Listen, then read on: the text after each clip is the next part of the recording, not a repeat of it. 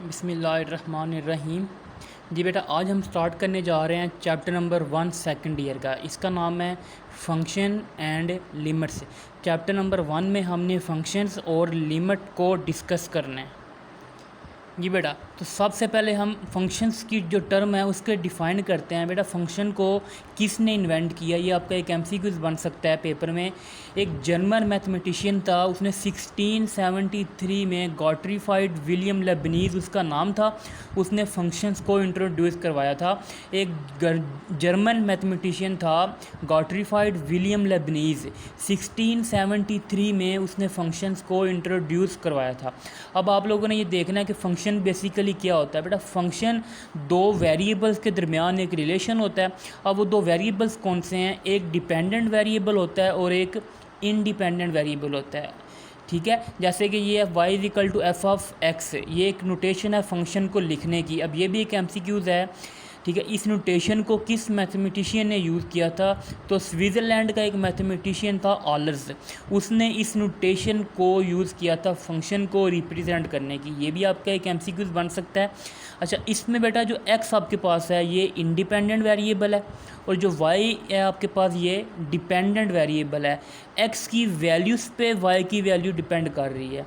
इसकी एग्जांपल देखते हैं। y = x² - 1। अगर बेटा इसमें हम x की जगह पे 2 पुट करें तो y = 2² - 1, तो y = 3। आप देख रहे हो कि 2 की x अगर हमने 2 पुट किया तो y आंसर 3 आ रहा है। तो जो y की वैल्यूज़ है वो x पे डिपेंड कर रही है। इस वजह से हम बोलते हैं कि जो y है ये हमारे पास डिपेंडेंट वेरिएबल है और x है जो है ये इंडिपेंडेंट वेरिएबल है। जी बेटा, अब हम ऐसा करते हैं, फंक्शन की बेसिक डेफिनेशन की तरफ मूव करते हैं कि फ़ंक्शन होता क्या है। और रिलेशन और correspondence in which for each values of x in x there exists a unique value y in y। वो कह रहा है फंक्शन एक ऐसा रिलेशन है जिसमें x की हर वैल्यूज़ के लिए, अब ये वर्ड बहुत इंपॉर्टेंट है, for each values of x की हर वैल्यूज़ के लिए y का एक यूनिक आंसर आना चाहिए। x की हर वैल्यूज़ के लिए y का भी एक यूनिक आंसर एग्जिस्ट करना चाहिए। अगर ये कंडीशन होल्ड करती है तो हम बोलेंगे कि ये जो रिलेशन है ये फंक्शन है। ठीक है, इसकी एग्जांपल देखते हैं बेटा। फॉर एग्जांपल y = x² + 1, ये आप लोगों ने एक रिलेशन कंसीडर किया y और x के दरमियान। अगर बेटा इसमें मैं x की जगह पे 2 पुट करूं तो y = इस x की जगह पे 2 का स्क्वायर + 1, 2 का स्क्वायर 4, 4 + 1, तो आंसर क्या आ जाएगा? y = 5। अब आप देख रहे हो कि x की एक वैल्यूज़ के कॉरस्पॉन्डेंट्स y की भी एक यूनिक वैल्यूज़ आ रही है, तो इसका मतलब है कि so it is a function. जो y हमारे पास क्या होगा? फंक्शन होगा। इसके कॉरस्पॉन्डेंस अगर मैं देखूं, y² = 8x, ये एक आपने एक डिफरेंट एग्जांपल ली है। पुट x = 2, अगर मैं इसमें x की जगह पे 2 पुट करूं तो y² = 8, ऐसी x की जगह पे 2, तो 8 × 2 16, तो y² का आंसर 16। दोनों तरफ स्क्वायर रूट लेंगे तो y = ±4। अब इधर देखें, x की एक वैल्यूज़ के कॉरस्पॉन्डेंट्स y के 2 आंसर आ रहे हैं। अब यूनिक तो नहीं आ रहा, ये तो इस कंडीशन को सेटिस्फाई नहीं कर रहा, तो we called y is not a function, कि ये जो हमारे पास है ये एक्सप्रेशन ये फंक्शन नहीं होगा। तो बेटा इन दोनों एग्जांपल्स को देखते हुए आप जनरली कह सकते हो, अगर तो डिपेंडेंट वेरिएबल की पावर 1 है, ये जो डिपेंडेंट वेरिएबल है इसकी पावर 1 है तो ये फंक्शन होगा। अगर डिपेंडेंट वेरिएबल की पावर 1 से ज़्यादा है तो वो हमारे पास फंक्शन नहीं होगा। यही हमने लिखा है।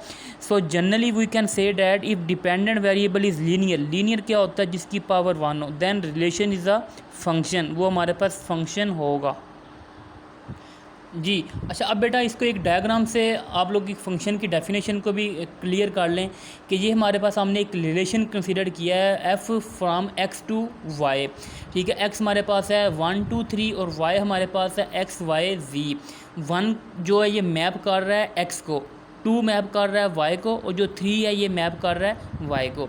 अब आपने बताना ये है कि क्या ये f जो है ये फंक्शन है कि नहीं। अब देखो फंक्शन की 2 डेफिनेशन है कि x की हर वैल्यूज़ के लिए y का एक यूनिक आंसर आना चाहिए। ठीक है, अब दो कंडीशन इसमें आ गई हैं। पहली बात तो x की हर वैल्यूज़ के लिए, मतलब इधर x का कोई भी एलिमेंट खाली नहीं होना चाहिए, एक कंडीशन। दूसरी कि x के हर एलिमेंट का यूनिक इमेज आगे मौजूद होना चाहिए। पहली कंडीशन तो ये सेटिस्फाई कर रहा है कि इसका कोई भी एलिमेंट खाली नहीं है, हर एलिमेंट के इमेज आगे मौजूद है, ठीक है। अब दूसरी कंडीशन क्या है कि हर एलिमेंट का यूनिक इमेज होना चाहिए, ऐसा नहीं होना चाहिए कि एक एलिमेंट के दो इमेज हों।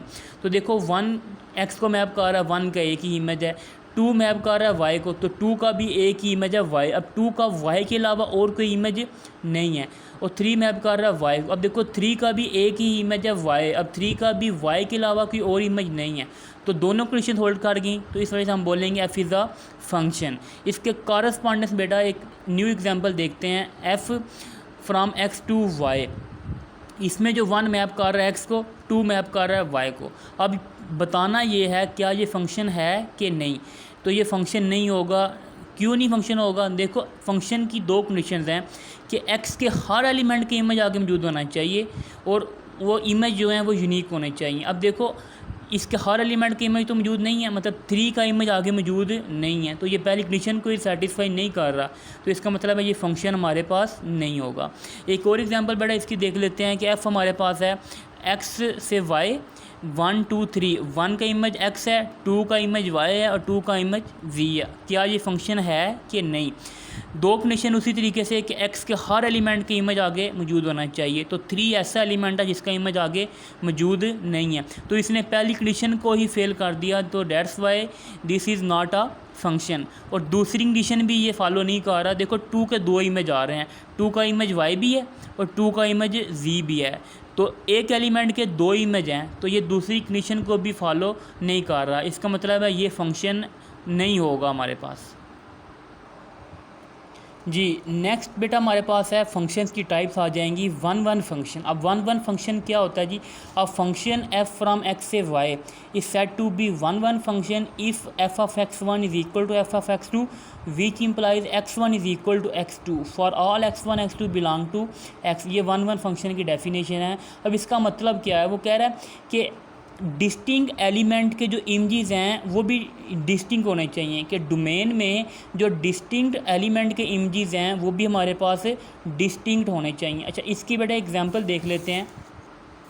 ये 1 फंक्शन है हमारे पास, ठीक है। f फ्रॉम x से y 1 2 3, 1 के इमेज x है, 2 का इमेज y है और 3 का इमेज z। अब आप देख रहे हो कि जो y x के डिस्टिंक्ट एलिमेंट्स हैं इनके इमेजेस भी डिस्टिंक्ट हैं। 1 का इमेज x है, 2 का इमेज y है और 3 का इमेज z है, कि तीनों एलिमेंट्स के डिफरेंट इमेजेस मौजूद हैं, तो f इज़ अ 1 फंक्शन।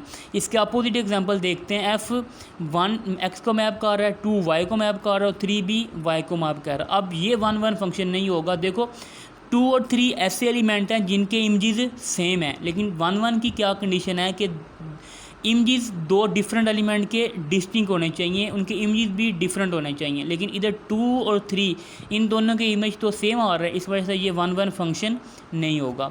अब बेटा नेक्स्ट हमारे पास टाइप है इसकी ऑन टू फंक्शन जी। ऑन टू फंक्शन क्या होता है? A function f from x to y is said to be onto function if range of f is equal to y, कि जो रेंज है फंक्शन की वो बेसिकली y के इक्वल आ जाए, कोड मेन के इक्वल ही आ जाए। अब ये बेटा हमारे पास ऑन टू फंक्शन की एग्जांपल है। f फ्रॉम x से y 1 2 3 x y z। x 1 का इमेज जो है ये x है, 2 का इमेज y है और 3 का इमेज z है।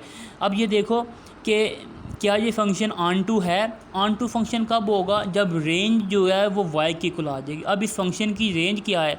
इस फंक्शन की जो रेंज है ये हमारे पास ये x y z सारी है।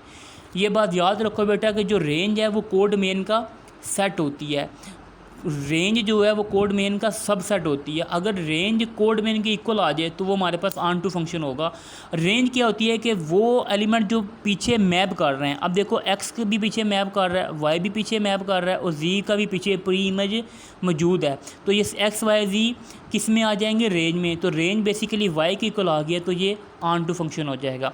अब इसके अपोजिट बेटा एक एग्जाम्पल देखो। f फ्राम 1 अप्रोच कर रहा है x को, 2 अप्रोच कर रहा है y को, 3 अप्रोच कर रहा है y को। अब क्या ये ऑन टू फंक्शन है? ये ऑन टू फंक्शन नहीं होगा। देखो इसकी रेंज क्या है? रेंज हमारे पास है इस फंक्शन की ये x और वाई, ये हमारे पास रेंज है। और इसकी कोड मेन क्या है, ये कोड मेन हमारे पास एक्स वाई जी, ये पूरा सेट वाई है।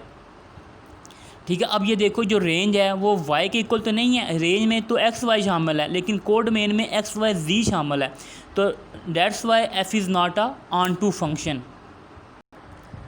जी नेक्स्ट बेटा हमारे पास टाइप आ जाती है बाइजेक्टिव फंक्शन। अब बाइजेक्टिव फंक्शन क्या होता है, function f from x to y which is both one one and onto is called bijective function.